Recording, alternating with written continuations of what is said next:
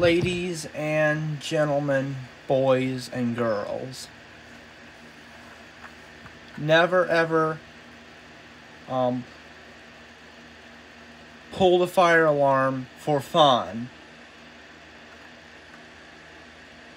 Never ever tamper with the fire alarm for fun.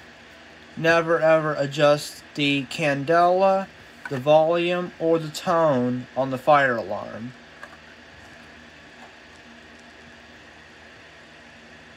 If this alarm is in a gym, never ever throw a ball at it. Never ever throw a hockey stick at it.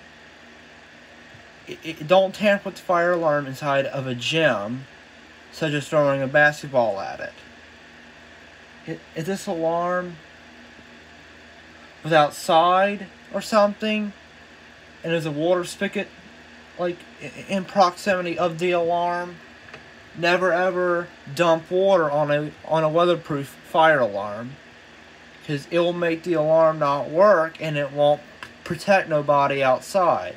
So don't dump water on the fire alarm, and don't tamper with it, and don't dump water on it. Bye.